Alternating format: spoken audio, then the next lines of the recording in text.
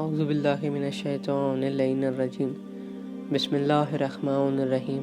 السلام علیکم سامعین، آج کی یہ ویڈیو حضرت خدیجۃ الکبریٰ علیہ السلام۔ حضرت خدیجہ کا تعلق عرب کے مشہور قبیلے قریش سے تھا۔ آپ عرب کی نہایت امیر اور معزز خاتون تھی۔ آپ کو پہلی ام البنین یعنی مومنوں کی ماں ہونے کا شرف حاصل ہے۔ آپ بہت ہی نیک، سمجھدار اور سلیقہ مند خاتون تھی۔ آپ کی پرورش اور تربیت انتہائی ناز میں ہوئی۔ مکے میں آپ کو طاہرہ کے لقب سے پکارا جاتا تھا۔ اپنے باپ کی وفات کے بعد انہوں نے تجارت شروع کر دی۔ آپ پڑھنا لکھنا جانتی تھیں، اس لیے اپنے کاروبار اور سامان تجارت کی خود نگرانی کرتی تھیں۔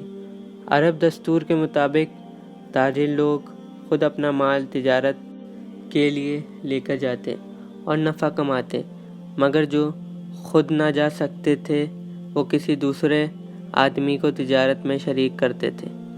سرمایہ لگانے والے اپنے منافع کا موزوں حصہ اس آدمی کو دیتے جو مال تجارت لے کر جاتا تھا۔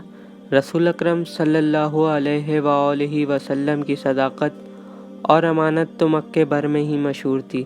اس بنا پر حضرت خدیجہ نے آپ صلی اللہ علیہ وآلہ وسلم کو شریک تجارت بنایا اور آپ پہلی مرتبہ حضرت خدیجہ کا مال لے کر ملک شام روانہ ہوئے۔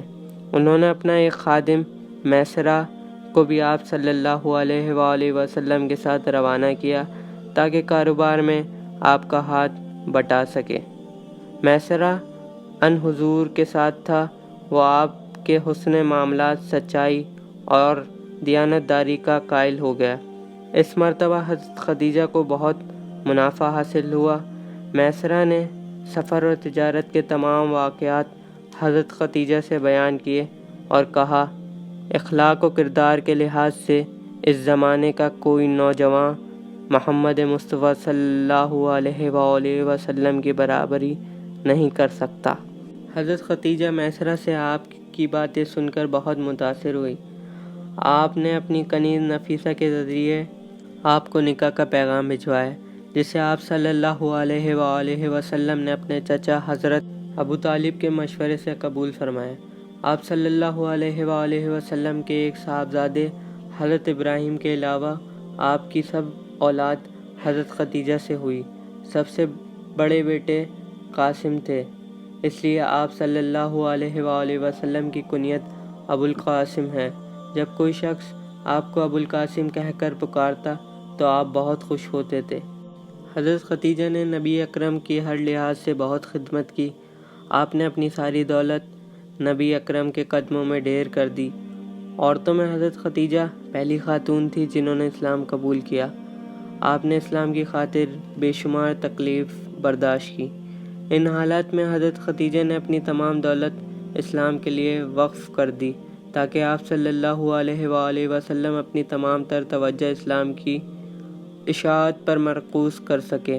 جب یہ دولت آہستہ آہستہ ختم ہو گئی تو تنگ دستی نے گھیر لیا، مگر حضرت خدیجہ نے نہایت صبر کا مظاہرہ کیا۔ انہوں نے اشاعت دین کے کام میں مصروف آپ صلی اللہ علیہ وآلہ وسلم کی خدمت میں کوئی کمی نہ آنے دی۔ شیب ابی طالب کے 3 سال کا عرصہ مسلمانوں کے لیے نہایت سخت تھا، اور اس دوران حضرت خدیجہ کی وفاداری اور ایثار ایک مثال ہے۔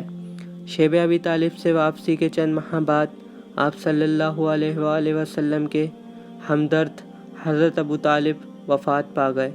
چچا کے انتقال سے نبی کریم کو بہت دکھ ہوا۔ چند دن گزرے تھے کہ حضرت خدیجہ بھی رمضان المبارک کے مہینے میں مالک حقیقی سے جا ملی۔ وفات کے وقت ان کی عمر تقریباً 65 برس تھی۔ یہ نبوت کا 10واں سال تھا۔ اس مسلسل صدمے کی وجہ سے آپ صلی اللہ علیہ وآلہ وسلم بہت غمزدہ رہے۔ اس سال کو عام الحزن یعنی غم کا سال کہا جاتا ہے۔ حضرت خدیجۃ الکبریٰ کو مکہ مکرمہ کے مشہور قبرستان جنت المعلیٰ میں دفن کیا گیا۔